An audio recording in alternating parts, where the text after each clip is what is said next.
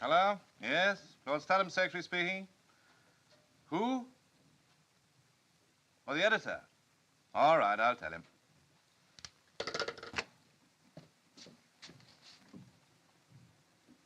Hello, Guy. Hello, Peggy. Busy? Working on your father's dinner party. You think it was a court ball from all the trouble he's taking about it? I thought he was in here with you. He was. He went out. In a bad temper with you, too. Me and the rest of the world. By the way, here's a list of guests.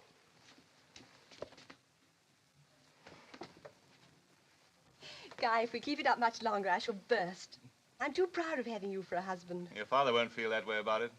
He's got very definite ideas about the duties of a private secretary. Marrying me isn't one of them. That's what he'll say, but not quite in those words. He's a beast. The only thing he cares for is his newspapers. Not because they're something he created, but because of the power they give him. Let's change the subject. All right. Change it again. All right. Well, I'm going shopping. You be into lunch. Gerard, 35545. Yes, I suppose so. So will I, then. Cocktails at 1 o'clock, Mr. Kenyon. This is Lord Studham's secretary. Very good, madam. I want to make some changes in those invitations. Let's hope Father lunches at his club.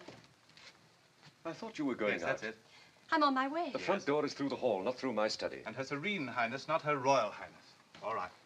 More changes? Yes.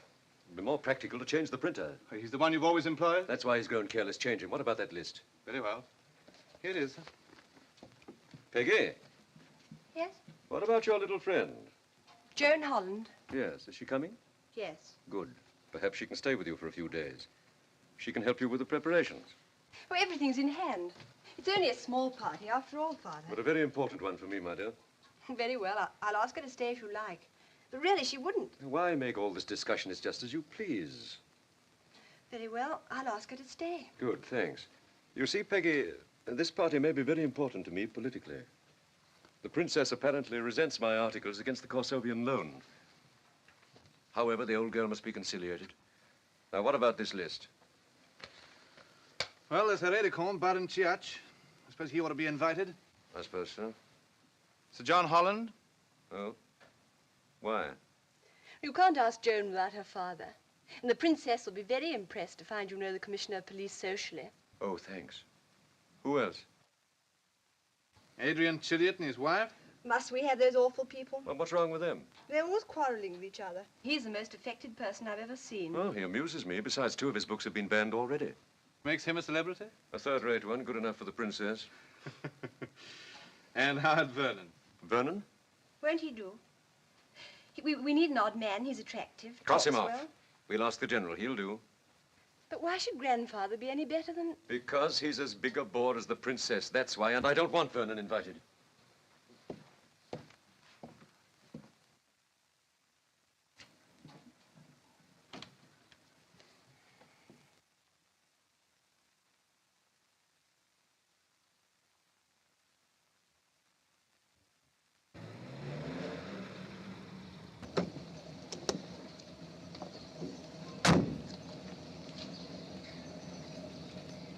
Wait for me.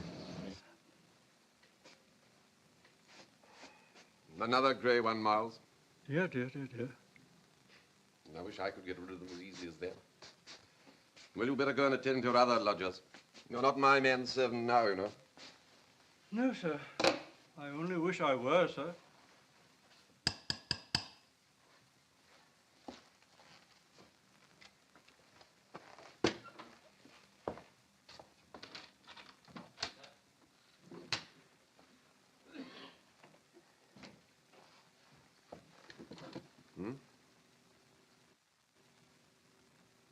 Is it the Lord Studholme?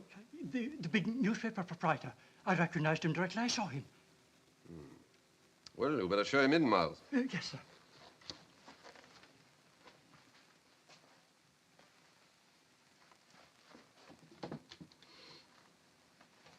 Thank you.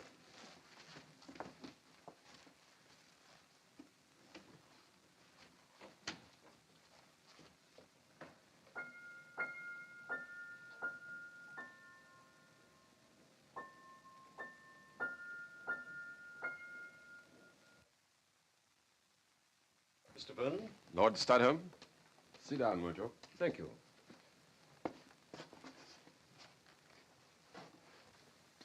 May I ask what you want? I'm going to tell you. Go on, then. About a year ago, you made the acquaintance of a young lady, Joan Holland. What of it? Miss Holland is a friend of my daughter's. I take a deep interest in her. In a purely paternal way, of course. Of course. My object in coming here is entirely on her account. What is the object? To recover any letters she may have been indiscreet enough to write you. This is very interesting. Are you acting as her agent? You may take it that I am. If you're a gentleman... No, I'm not. I used to be, but I couldn't afford the luxury. Well, then in that case, I must treat you as a man of business. I'm afraid so. If you'll show me those letters, I'll see how much they're worth. You're serious? Certainly.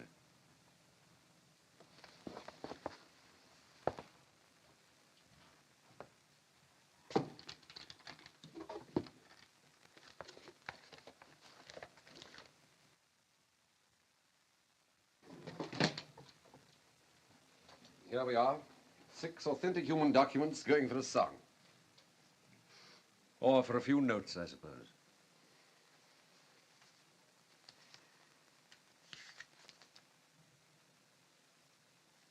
I suppose your wife has not seen these?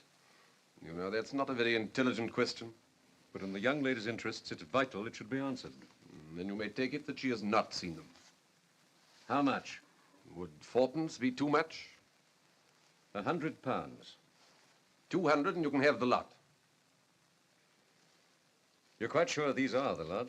Oh, I suppose so. Because if you should find some others later, I might become very unpleasant.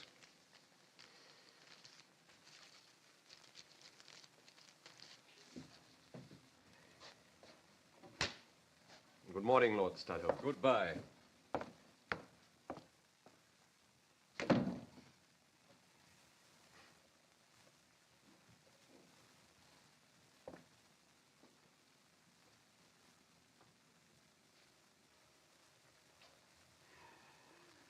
I'm afraid poverty's brought you pretty low, my son. Still, 200 quid.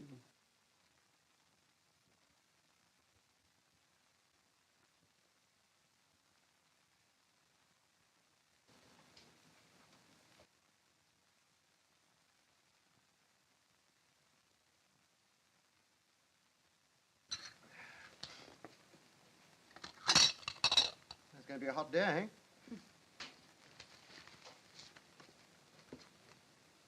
I had the marmalade. It's all gone, sorry. You pig. Good for your figure. More coffee instead. Sure.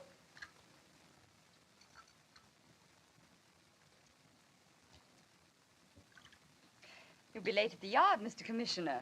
I know. Ramage will be waiting for me in my office, looking reproachful over a pile of correspondence. I've never met him, have I? Oh, you will one of these days. He's a good man. Absolutely no sense of humor. Invaluable in our job. You must make a rotten policeman, Daddy. No cheek, young woman. Otherwise, I'll have you run in. On what charge? Murder of the King's English. I shall produce that postcard you sent me from Devonshire as evidence. When are you going to meet Peggy? For lunch.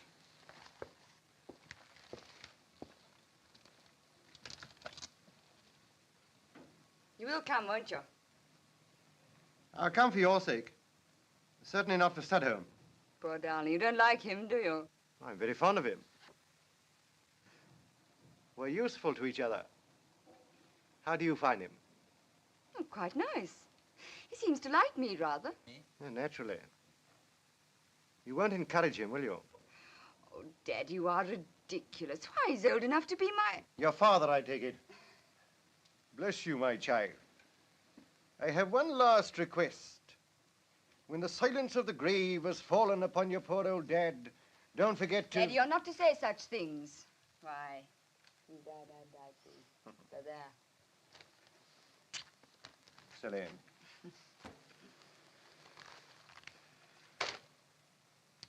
By the way, darling, you're not still seeing Howard Vernon, are you? Vernon. Oh, no. Isn't he away or something? Is he? Yes, he is. So he was. I see. So you're not still seeing him? Dad, you are a good policeman after all. Talk about third degree. No, I'm not. It's just one of those... Just one of those things. Good. You see, I asked you because his name cropped up the other day. You see, he's not very careful of his reputation. Or other people's. That's why I'm glad you're not seeing him. I'm glad you're glad.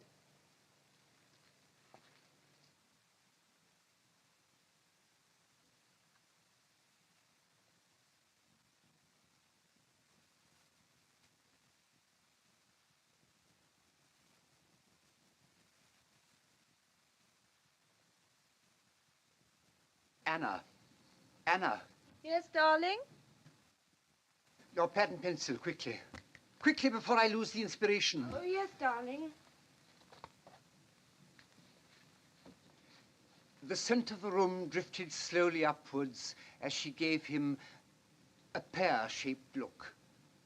Significant, vital almond blossom falling on guitar strings in small Italian towns came to his mind as he bent. What was that? Sordid, time-shattering comes, tap, tap, tap, tap, a knocking on the door. Must you come thundering on the door when I'm trying to work, Mary?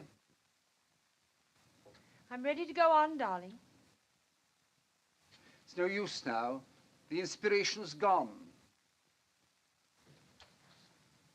What's this? Some new press cuttings? Yes, darling. I stuck them in the book this afternoon. The name of Adrian Chidgett, author of Leprous Souls, was new to me, and therefore it was with some surprise that I discovered that he is responsible for a baker's dozen of similar masterpieces. Mr. Chidgett has talent. But thank heaven, there is no compulsion for any sane person to read such drivel. It's always the same. Vicious attacks in all Studholme's papers. Darling, that's only the reviewer. I'm certain that Lord Studholme knew nothing about it, or else he... Or else he wouldn't invite us to his parties, I suppose. That's where you're wrong. That man's malicious. He only asked us so as to make a fool of me before his guests. But this time he'll be disappointed. I won't go. That's right, dear. I wouldn't go if I were you. And since when have I taken to asking your advice? I will go. But only to please the princess. She'd be bitterly disappointed if I didn't.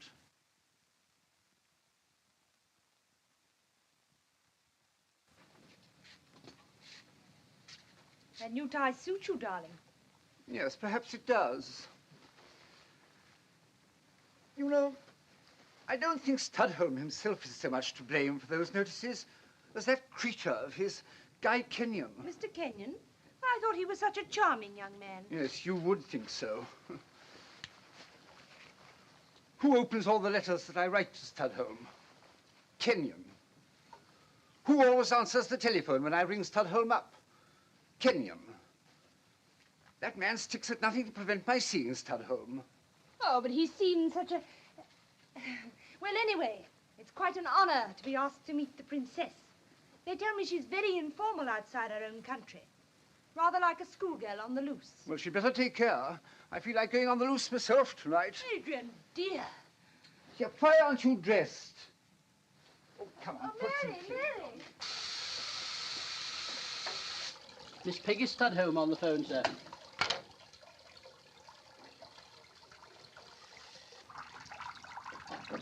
Hello, Peggy, my dear. Oh, you must excuse me. I'm in my bath. Towel.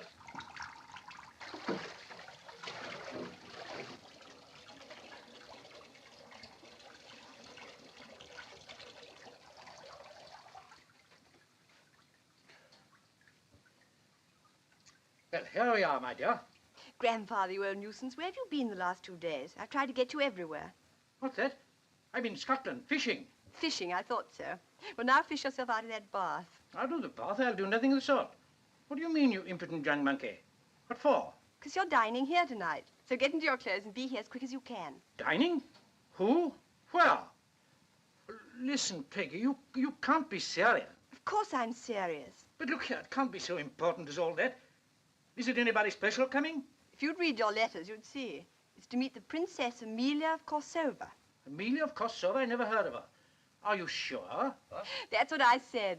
Princess Amelia. White tie and looks slippy.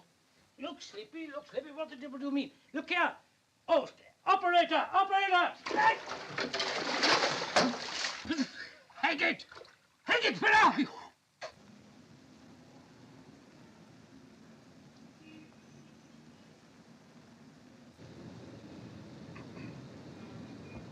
It sounds a good idea, Baron. You'd better give me the revolver, as you're not coming yourself. Here it is, Your Highness. Are you absolutely certain that Lord Stadholm is opposing our loan because he wants the oil concessions himself? Certain, Your Highness. I have the reports from B24, who has been working for me in Fleet Street for the last 6 months. Also, the information of the secretary of the... Yes. These details make my head ache. So long as there is no doubt. Naturally. Stadholm has no idea Your Highness knows. That is our greatest asset. Kornilov says... Yes, of course. The whole thing is rather overwhelming. Oh, don't be afraid, Baron. I shall know what to do.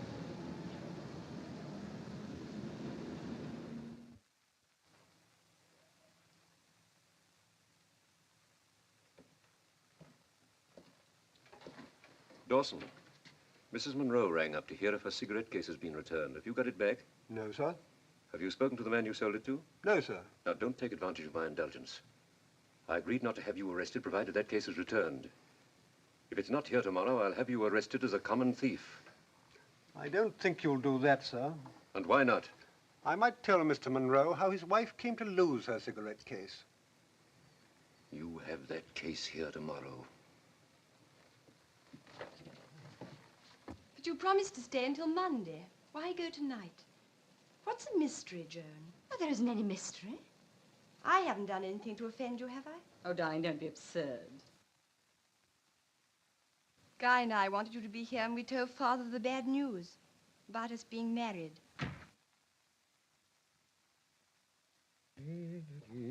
Evening, Joan. Good evening, Peggy.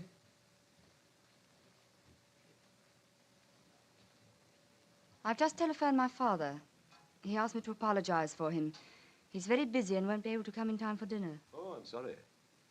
I expect the Politzer case is keeping him. He said he'd drop in later.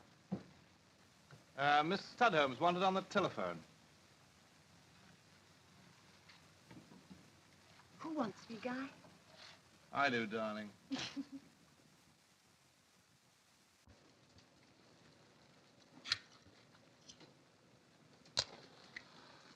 Oh, how angry we are. I suppose you want to apologize for what happened this afternoon. Would it be accepted? No. Dear, dear, I am having a bad time. No worse than you deserve? I really believe you were shocked. I was disgusted. I'd heard that some old men were like that, but I didn't believe it. Old? How unkind. My father's taking me back with him tonight. I must try and persuade you to change your mind. Did you tell your father why you were running away in such a hurry? No. Lucky for you, I didn't. He wouldn't approve of his little girl having secret attachments, eh? Secret attachments? For you? Possibly not for me. But for an attractive fellow like Howard Vernon, he... How do you know about that? Does it matter anyone knowing? Not in the least. When will young women realize it's dangerous to write passionate love letters to married men? How did you get those? The poor fellow was hard up. I don't believe it. But yet here they are. Oh, no. I'm relying on these letters to succeed where my natural charm has failed. You swine. Well, after all, wouldn't it be better to be a little kind than upset the domestic apple cart? I suppose you mean to show them to my father if I refuse? Well, it was in my mind. Then do it. Go on, do it. Give them to him when he comes here tonight. Oh, so that's it. He believes in you, does he? Well, then we won't waste time on him. But supposing Mrs. Vernon hasn't the same touching belief in her husband. I don't see what that has to do with it. Supposing I give these letters to Mrs. Vernon and arrange that she divorces her notorious husband, naming you as correspondent. It would be a nasty scandal. Your name dragged in the gutters. Think what a splash my papers would make of it. Even you wouldn't do that. It would be your own choice if I do, Joan. I would much prefer to give you the letters tonight. I shan't be here tonight. I think you will, Joan. No, Tell your father that you mean to stay. That's very sensible, Joan. Give me those letters. Later. And by the way, virtue is sometimes apt to cheat. I've taken the key of your bedroom as a precaution.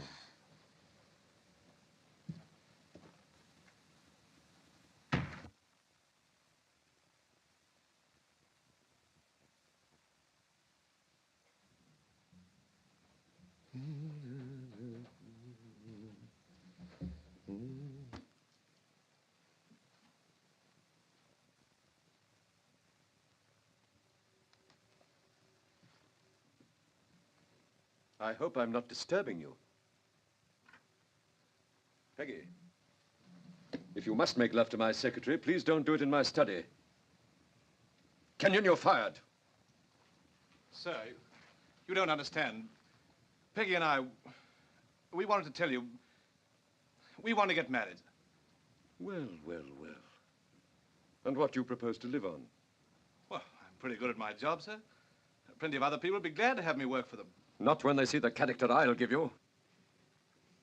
My daughter will not marry a secretary. You think you can run everybody's lives, don't you? Well, you can't run mine. We are married already. It's the only reason I ever married you was that people were beginning to talk. Good evening, Dawson. Good evening, sir. Now get this quite clear.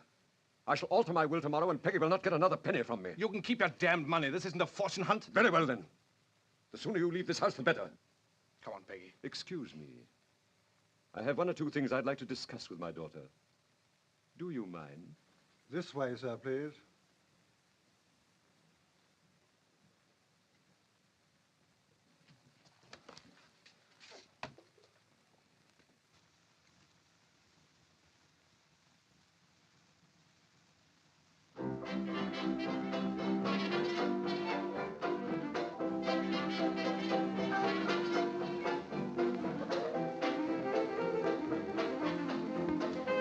Fellow was a very bad shot, and the bomb missed me completely, nearly shattering a horrible stained glass window in the palace, which I'd longed to break for years. Oh, 3 lamps, please. That must have been very startling, ma'am. Oh, no, oh, dear, no. Just a little cream. We Corsovians are used to being assaulted. Our people are dears, you know, but so impulsive.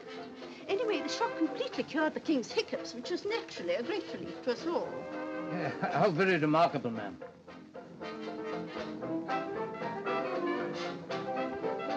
Got that gramophone? Adrian, dear, don't you think that perhaps... Copy this?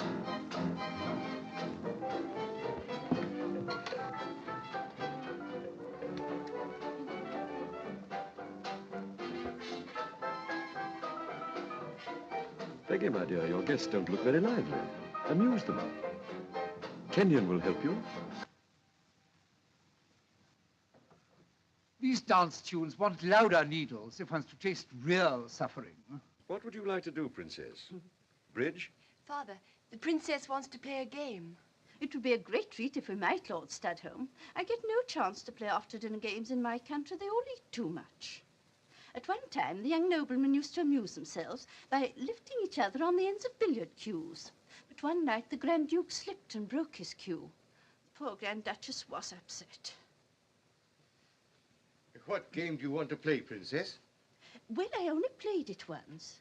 I escaped from the Countess, my chaperone, you know, and went to a delightful party in Chelsea with an American. He said I was red-hot stuff. Oh, yes. One of the games we played was this one. It's called Murder. Can you murder anyone you like, ma'am? Oh, no, General, it's most exciting. We draw lots for who shall be the murderer and who the detective. The murderer must on no account give himself away. He secretly decides who shall be his victim, creeps upon him in the dark, murders him, and then gets as far away as he can before the lights go up. Then the detective has to discover the body and track down the murderer. How exciting. If I'm the murderer, I shall strangle my victim. I always use this. Oh, here, I see. Oh, it's only a toy. Oh, does it go off? Ah, God! How devastating. Let's start at once. Go on, get me some paper. Oh, Studholme, we shall want Dawson. Certainly. There you are. Adrian, you mustn't excite yourself so. Remember what Dr. Croom said. Oh, I'm sick of doctors. Nasty, prying creatures. Let me see. How many are there of us? 8.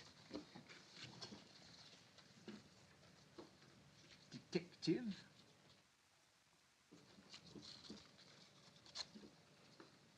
Murderer. Dawson. Take your orders from Mr. Chidiout, will you? Very good, my lord. Oh, Dawson, I want you to go down to where the main switch is. Yes, sir. And then, let me see. I'll strike the gong. You ought to hear that, oughtn't you? Should do, sir. Well, when you do, turn out all the lights in the house. And then after, let us see, about 10 minutes, you turn them all up again.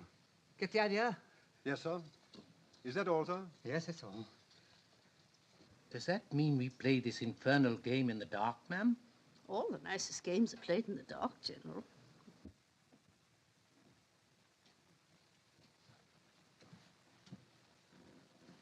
Sir John Holland has just arrived, my lord. The Commissioner of Police at a murder party? Oh, this is too delicious. He must be the detective. Thank you, Dawson. Good evening, Sir John. We're just going to start a new detective game. Oh, really? I've been playing detective games all day. Oh, yes, but this is really thrilling. It's called Murder. Oh. I never knew a thrilling murder yet. Oh, you wait. Ah. Evening, Holland. Good evening, Studholme. Oh, hello, Guy. Hello. Peggy. Hello, my dear. Hello, Diddy. All right. Good evening, Mrs. George. I think you know Sir John Holland, ma'am. Indeed I do. Oh, ma'am.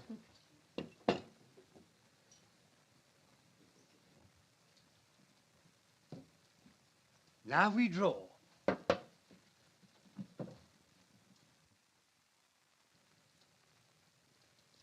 They're all blanks, except the one which has murderer on it. No one must give away what he draws, otherwise we shall know who the murderer is. The murderer picks his own victim, and the rest of us dash about trying to spot clues. Never drew a horse in my life. You mustn't say that, you darling old idiot. Oh, sorry. How do you know it wasn't finesse? Oh, no. You're the detective. When the lights go up, it will be your duty to investigate the crime. Yes, of course. Now, Kenyon. And the last one is mine. And now for the gong.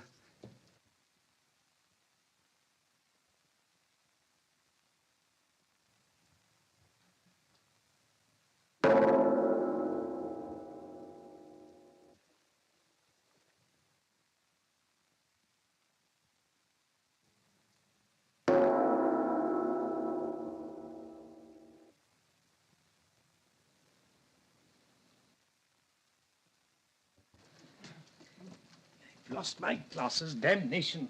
I beg your pardon, ma'am. Not at all, General. Most annoying. It's me, darling. I'm so sorry, Daddy. Who did you think it was?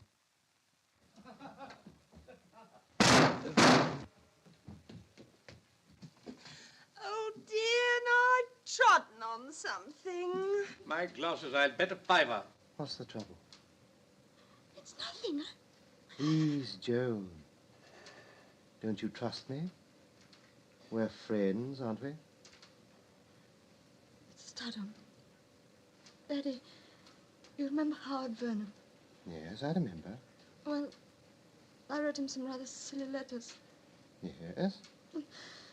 Stutton's got those letters. He bought them.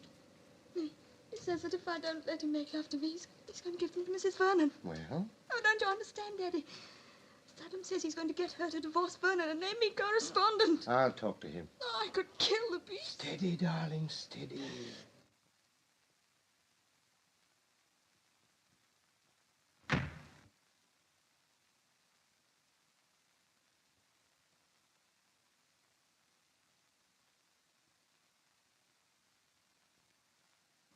Who's that? I've come to have a little talk with you, Lord Studholme. It's quite simple. You don't like my books, dear, powerful Lord Studholme. You've ruined my career. Every word I've written for the last 2 years has been abused and ridiculed by your critics under your orders. Talk sense, Chilliot, even if you can't write it. You've eliminated me, dear, powerful, blasted Lord Studholme. And now, don't laugh, I'm going to eliminate you. This murder game doesn't amuse me, Chilliot. It isn't a game. I'm in earnest. Terribly. Get out. Perfect. You were properly fooled that time, Studholme. You actually believed that I meant it. Oh, it's that toy of the princess's.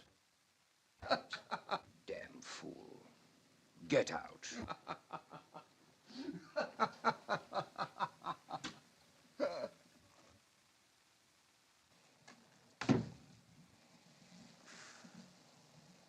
Well, Kenyon, have you come to murder me too? Well, I've got to murder somebody. And it might as well be you.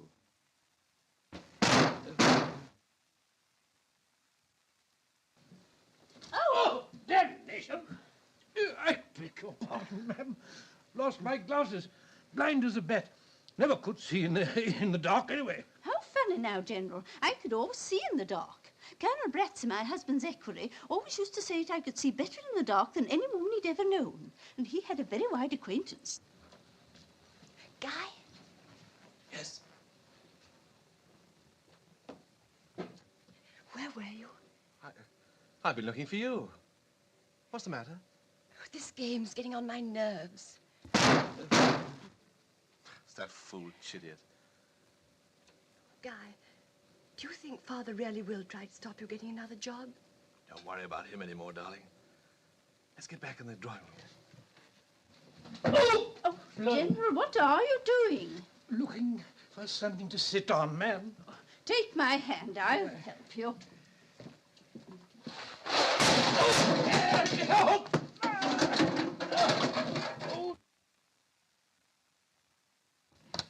Come on, everyone, we must find the victim. Don't forget to look for clues, everybody. I have all the clues I want, thank you. No. You're all under grave suspicion. All remain in this room, please. Oh, but we want... Now, let me see. Are we all here? All except Joan and Lord Studholme. Here is Joan. Ah. Then we can assume that Lord Studholme has been murdered. Come along, Joan. But, I will now make my investigations alone.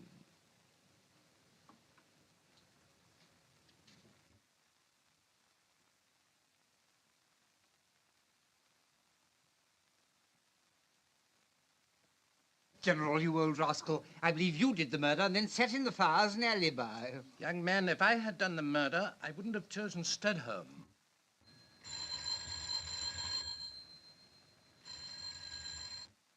I don't see why Sir John should have all the fun. Why shouldn't we investigate as well? Against orders, ma'am.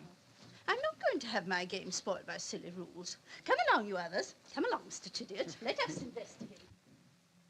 No, you can't speak to him now. Will you call up later, please? Hello? Folks, yes, I want Whitehall, 1212.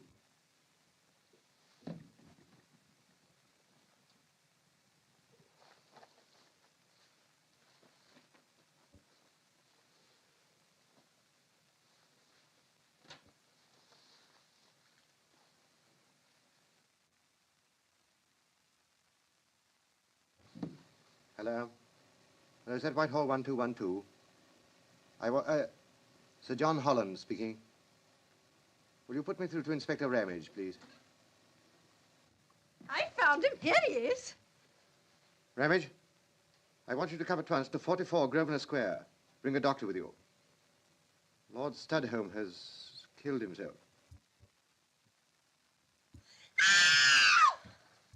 Oh, dear. That's rather spoiled the game, hasn't it?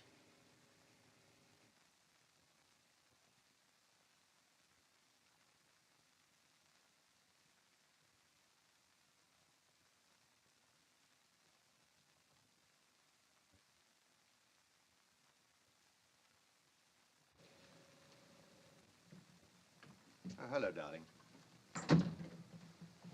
I'm terribly sorry to have to keep you here. Inspector Ramage is in the study now. Yes, but surely, Daddy, you could let us go. I'm afraid not, my dear. I'm in the same boat as you are. Ramage is in charge.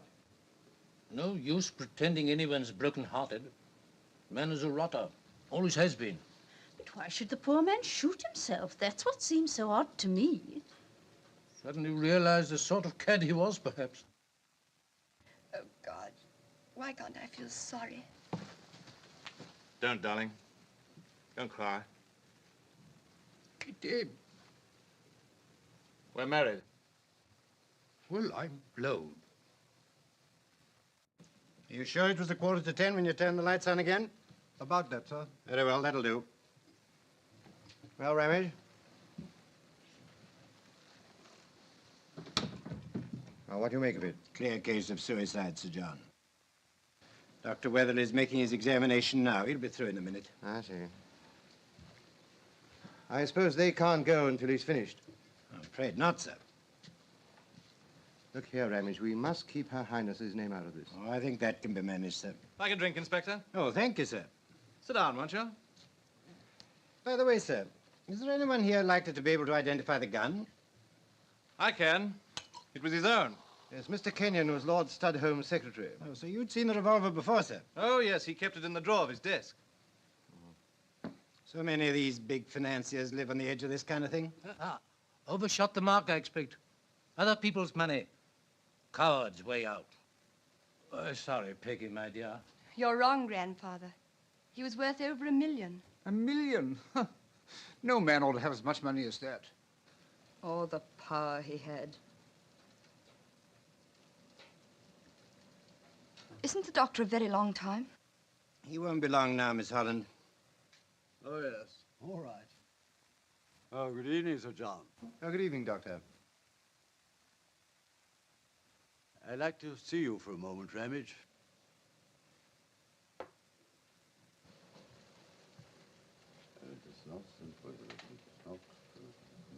What? Yes, men are obviously being shot. I'm sure of that.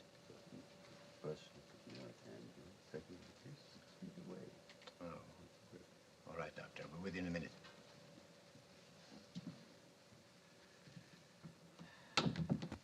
Sir John, this is not quite so straightforward as we thought. We'd better have the servants up here. Oh, very well, Ramage. Guy, do you mind? What's the trouble? Lord Studholme was murdered. What makes the doctor think that? He was shot twice. One shot he could have fired himself. The other was fired from more than 6 feet away.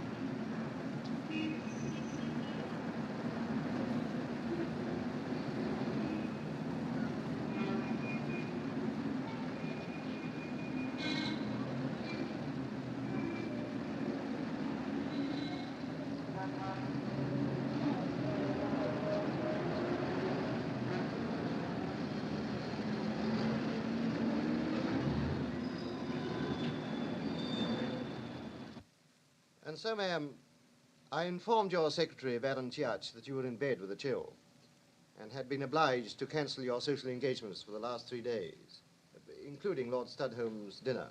Surely, Sir John, that's enough to try the patience of a saint. But you wouldn't wish to be mixed up in this affair, ma'am. Why not? One ought to be prepared to bear one's burdens, if any.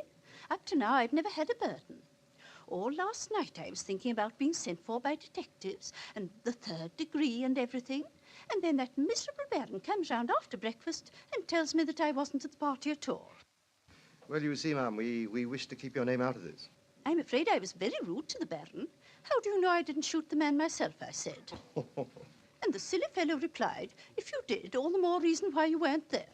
But that wasn't what I came to talk about. Now, why am I here? Oh, yes, of course. Sir John, I have a theory. Have you indeed, ma'am? They were all nice people at the party. People who don't do that kind of thing. After all, one can't eat a man's dinner and then shoot him afterwards. That kind of thing isn't done, especially shooting him twice. No, Lord Studholme must have killed himself. But, ma'am, the doctors have agreed that one of the shots was fired from some distance away. Well, it's perfectly simple. He fired the bullet into his head, threw the pistol away convulsively, causing it to go off and hit him in the ribs. But the pistol was found lying by his hand. Oh, then it must have been the other way round. He must have thrown the pistol away, been hit, and then fetched it and put himself out of his agony. Yes, now I come to think of it, I'm sure that's what he must have done. But, ma'am, do you think people do that sort of thing? Much? No, only once. That's settled then. Goodbye, Sir John. Bye, ma'am. Now, Mrs. Kenyon, I understand you were married secretly, without your father's consent. Yes. Did you tell your father you were married before he died? Yes. When? Last night. Last night? Oh. How did your father receive the news? He was furious with me. That's not an answer to my question, Mrs. Kenyon. What did he actually say?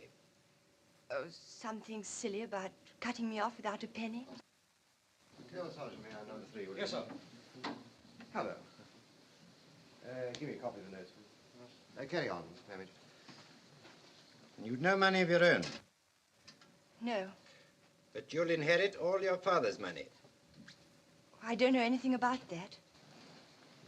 Mr. Kenyon, you're aware that Lord Studholme kept a revolver in the drawer of his desk? Yes. No doubt as his secretary, you had access to that desk? No. No? No. How did you know the revolver was there? I must have seen it somewhere, I suppose. When Lord Studholme himself had opened the drawer, I suppose. Yes. Why were you in the study when the lights were out? Oh, I was the murderer. Yes, yes, I told you all about that game, Ramage. We drew lots. Is it necessary to go over all that again? Very good, sir. You needn't take down Sir John's remarks. Oh, no, sir. Oi, come back here. Out of my way, man. I have important news for the commissioner. You can't go in there. Flat-footed oaf. All right, Sergeant. Oh, Holland. What do you want? Are you aware that I'm being victimized outrageously at the hands of your minions? Oh, what's the trouble? Holland, I'm being watched. Oh, really? As a creative artist, you ought to be used to that. I've never numbered policemen among my fans. Imagine yourself trying to write a vignette with an appalling person leaning against the railings outside your window. It's very unfortunate. I'm afraid it can't be helped. Can't be helped. Have you no authority? I have no authority to treat one man differently from another. Technically, we're all under suspicion. I suppose you're having yourself watched, then. I have other witnesses to see, sir. All right, man, I'm just going. Well, I've made my complaint. If my work suffers, I shall put in a claim. Kenyon, how are you? Did you have that fearful brawl with Studholme last night? You might have come in for some of the money. Oh, but of course. You married the heiress, lucky fellow. Mr. Chidget. If you wouldn't mind waiting a few minutes, there are one or two questions I'd like to ask you. Oh, very well. Now, don't misunderstand me. Had you any plans for the future when Lord Studholme discharged you? How could I? I wasn't expecting anything like that. Did you suppose Lord Studholme would be pleased to have you as a son-in-law? Well... You can smoke if you want to, Guy. Have one of these. No, thanks. Did you know the contents of Lord Studholme's will? No. Obviously, if Lord Studholme accepted you as a son-in-law, your position would have been considerably improved. I married my wife because I love her.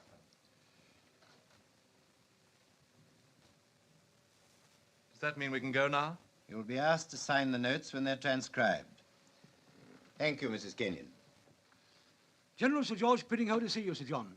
Take him to my room. I'm coming straight up. Very well, sir. I'll see Chidiock now, sir. I don't envy you.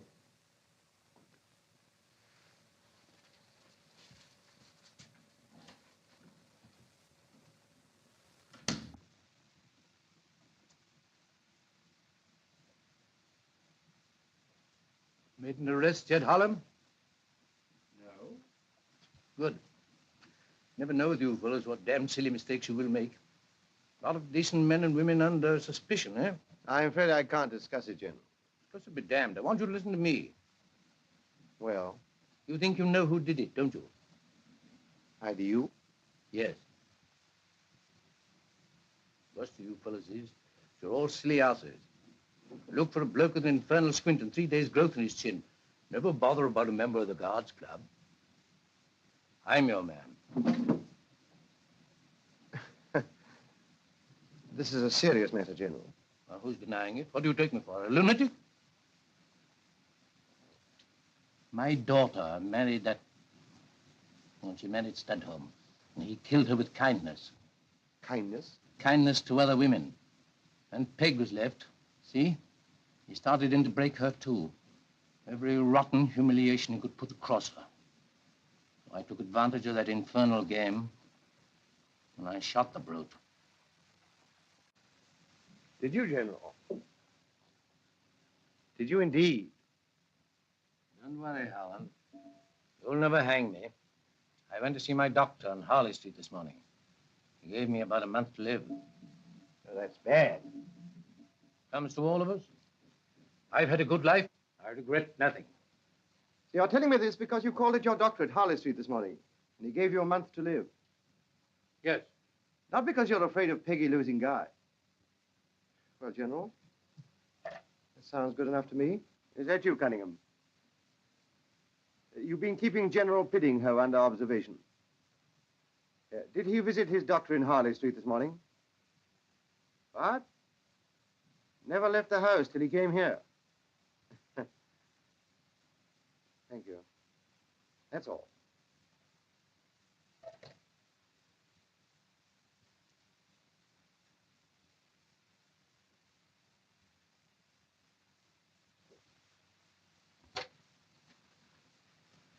Damned incompetence. Interested in firearms, Mr. Chidiock? Oh, passionately. I prefer them to flowers. What was the idea of firing that pistol all over the place? Oh, that was to create atmosphere. People were terrified. Did you go into the study by any chance? Heaven knows where I went. The whole place was plunged in inspissated gloom. What gloom, sir? Inspissated. I-N-S. Whodunit was very dark. Very good, sir. Now, tell me all about this quarrel between Studholme and Kenyon. I'm afraid I don't know very much about it, Inspector. When I arrived, Studholme and Kenyon were brawling in the study. But wasn't it his daughter he was quarreling with? No, Kenyon. What did they say? It had a strong flavour of the novelette. I don't remember their exact words, but the gist of it was, "Go, take my daughter. You married her for my fortune, but that you shall never have. Henceforth she is no child of mine. Tomorrow I shall disinherit her." Thank you, Mr. Chidiock. That'll be all for the moment.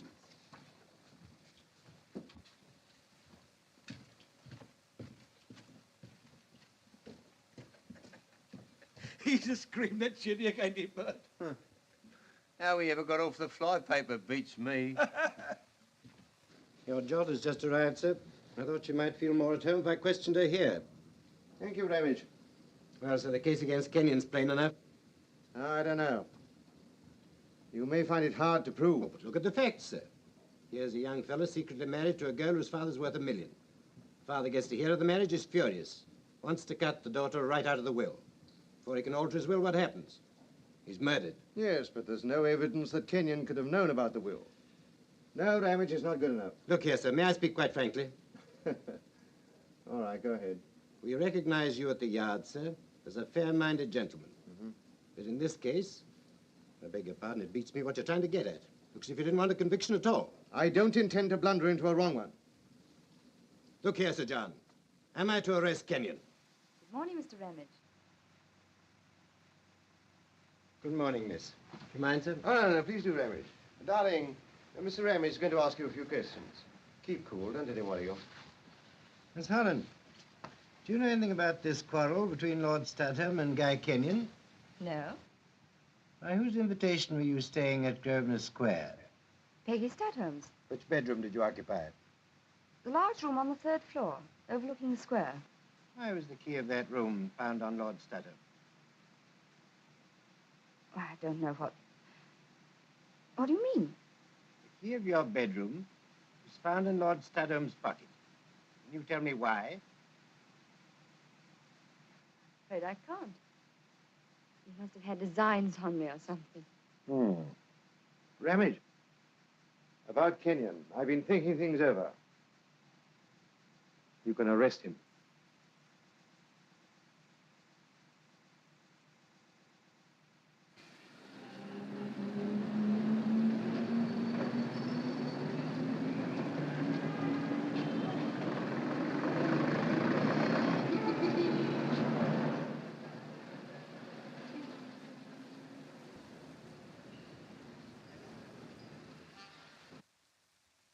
Silence.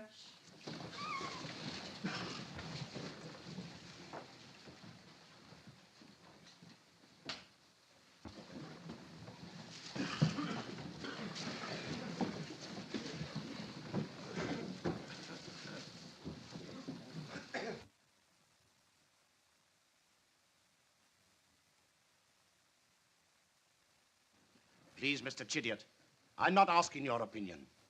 Did you or did you not hear Kenyon say to Lord Studholme, "I've come to murder you"? I have the greatest dislike for being scolded and glowered at. Even if the man is cross or upset, I see no reason why he should work off his rancor on me. You may take it, Mr. Chidiock. If there were anything irregular, I would have commented upon it. Oh, very well. To tell the truth, my lord, I thought you were asleep. Silence! I find nothing amusing in the witness's remarks. I shall seriously consider having the state of his mind inquired into. Answer the question. Yes. Kenyon said, "I've come to murder you." And the reason you didn't break into the study of these words was because you thought it was part of the game. Yes. Thank you. Poor Kenyon. I'm too sorry for you. Do not address the prisoner. It is most improper. I vouch your ruling, my lord, but even in court I fail to see how sympathy can be improper. Be silent. Attend to counsel for the defense. I believe I'm right in saying that you told my learned friend that you've been firing blank cartridges all over the house to create atmosphere. Yes. Then you were the only person in the house who was able to distinguish between your toy pistol shots and the actual revolver shots. Yes, I suppose so. Then you must know when the 2 bullets which killed Lord Studholme were fired. What do you mean? I'm trying to establish the exact time when Lord Studholme was killed. How can you expect me to remember these details with all these people watching me? Let me put it another way. At some time, while the lights were out, you must have heard the report of 2 revolver shots, which you did not fire yourself. Yes, I believe I did. Then will you please try to fix approximately how long before the lights were turned on those 2 shots were fired? 3 minutes before the lights went up. But then you must have wondered what those shots were. Wonder? My dear man, I'm always wondering. I wonder why I'm here. I wonder why you're asking me so many questions. I wonder why any of us are here. I wonder... That'll do, Mr. Chidiock. Thank you.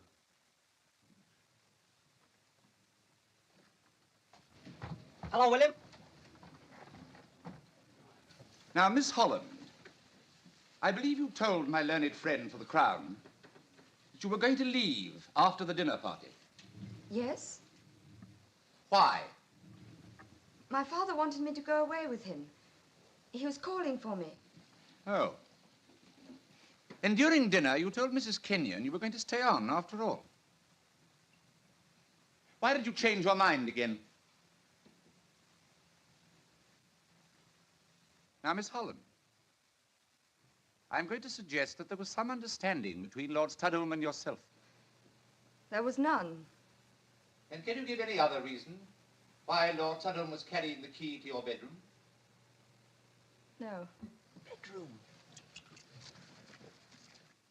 I suggest that Lord Studholme tried to make love to you, and that's why you decided to leave. Thereupon he forced you to stay by threatening you with compromising letters which you had written to another man. That's why you decided to stay, and that's why Lord Studholme had the key to your bedroom. No. You deny that Lord Studholme threatened you with compromising letters? There were no compromising letters. Thank you, Miss Holland.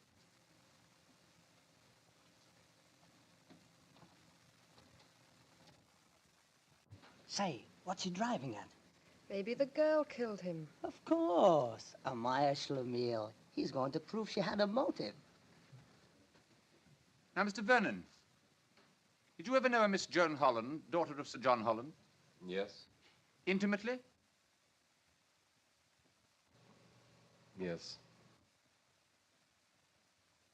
Did she ever write to you? Yes. Love letters? Yes. A most improper remark. I'm sorry, my lord.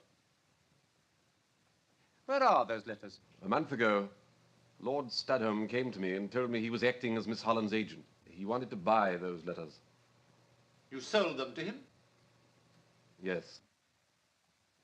Do you know where those letters are now?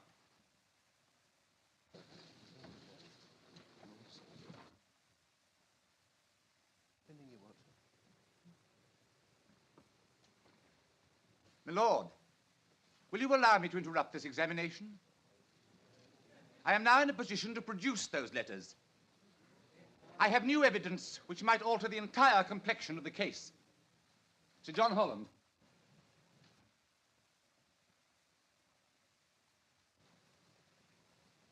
You may stand down.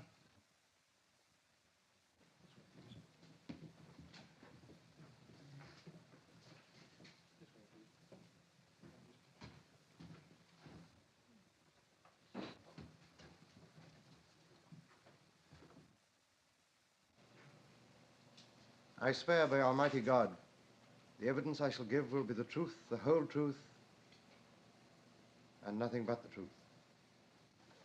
If your lordship pleases, I shall not examine Sir John, but ask him to tell his story in his own way. It was quite dark, so that when I laid my hand on my daughter's shoulder, she thought I was Studholme and cried out. I saw that she was in a very nervous state, and I asked her what had happened. At first she refused to tell me, but at last I persuaded her. She told me that Studholme had bought these letters from Vernon and was using them to force his attentions upon her. Just before the lights went up, I made my way into the study by the other door. Kenyon could only just have left. I told Studholme exactly what I thought of him. I was going to give him the thrashing of his life. But before I could get hold of him, he'd drawn a revolver on me. I knocked his arm down. There was a struggle. Suddenly, the gun went... I hate liars.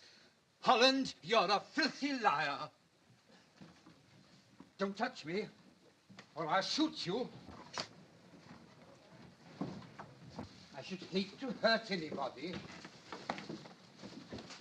Now, Holland, tell them that you're lying. You never went near the study. He's trying to spoil my whole plan by lying. He may have wanted to kill Studholme, but he wasn't clever enough. I was.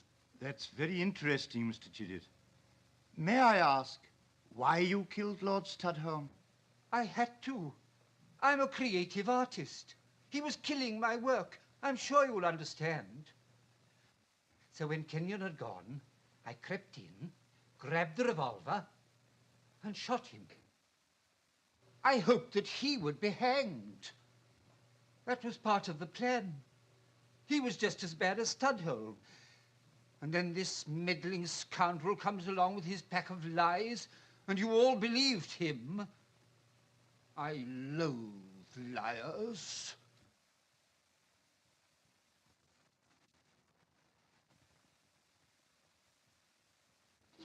It's a great game. Murder